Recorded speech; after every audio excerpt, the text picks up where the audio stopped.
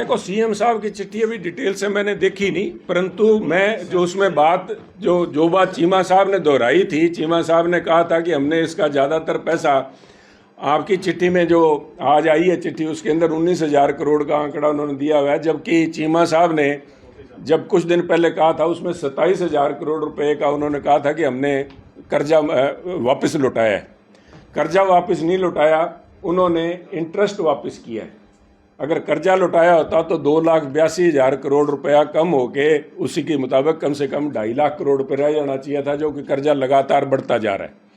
12,000 करोड़ रुपए जो इस सरकार ने पिछले मार्च से लेके जुलाई एंड तक जो लिए थे, उसमें से सिर्फ 900 करोड़ रुपया इन्होंने कैपिटल एक्सपेंस के ऊपर इस्तेमाल किया, एक्सपेंडिचर ऊपर किया है, जो कि डेवलपमेंट से रिलेटेड है। बाकी सारे का सारा इन्होंने जो तनख्वाहें देने पे या सब्सिडीज़ पे या पोस्टर पे या हेलीकॉप्टर और जेट के किराए के ऊपर इस्तेमाल किया है, जो कि पंजाब को उसको किसी किस्म का लाभ नहीं है।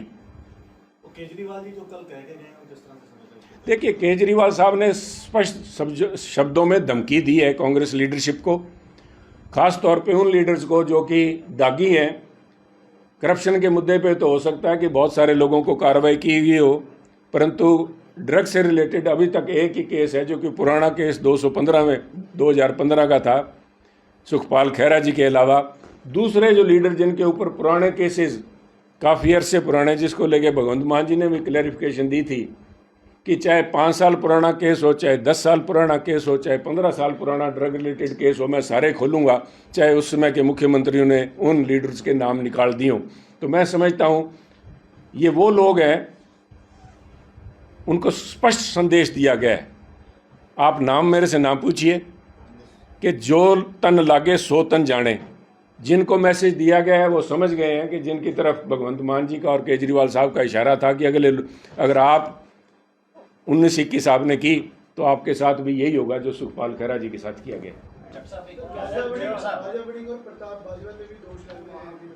सब ये भगवंत मान जी क्लैरिफाई कर पाएंगे कि उन्होंने किस के कंटेक्स्ट में कहा था। भी चाहे 5 साल पुराने केस हैं, चाहे 10 साल पुराने, चाहे 15 साल हैं। इंडिया ने बोला है कनाडा को कि डिप्लोमेटिक स्ट्रेंथ जो है वो रिड्यूस की जाए कनाडा की। सब कुछ चैनल्स रन कर रहे हैं, कोई ऑफिशियली भी इस किस्म का नोटिफिकेशन नहीं आया, पर मैं इतना ही कहूँगा कि हम भारत की फॉरेन पॉलिसी है, हम उसकी कदर करते हैं, क्योंकि आज जब राष्ट्र तरक्की कर रहा है तो बहुत सी ऐसे लोग हैं जो भारत को छवि को ख़राब करने की कोशिश भी कर रहे हैं, कुछ ऐसे लोग पिट्ठू बन के।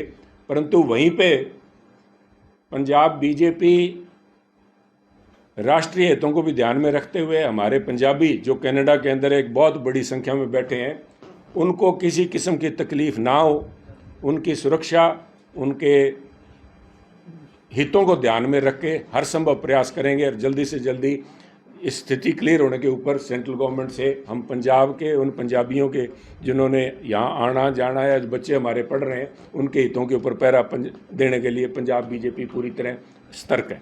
प्रताप सिंह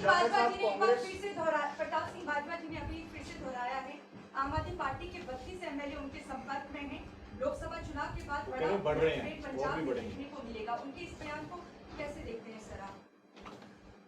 देखिए, मैं समझता हूँ कि उनके बारे में एक ही बात दोहराई गई है कि पहले अपना घर संभाल लें, उसके बाद में 35 की बात करें।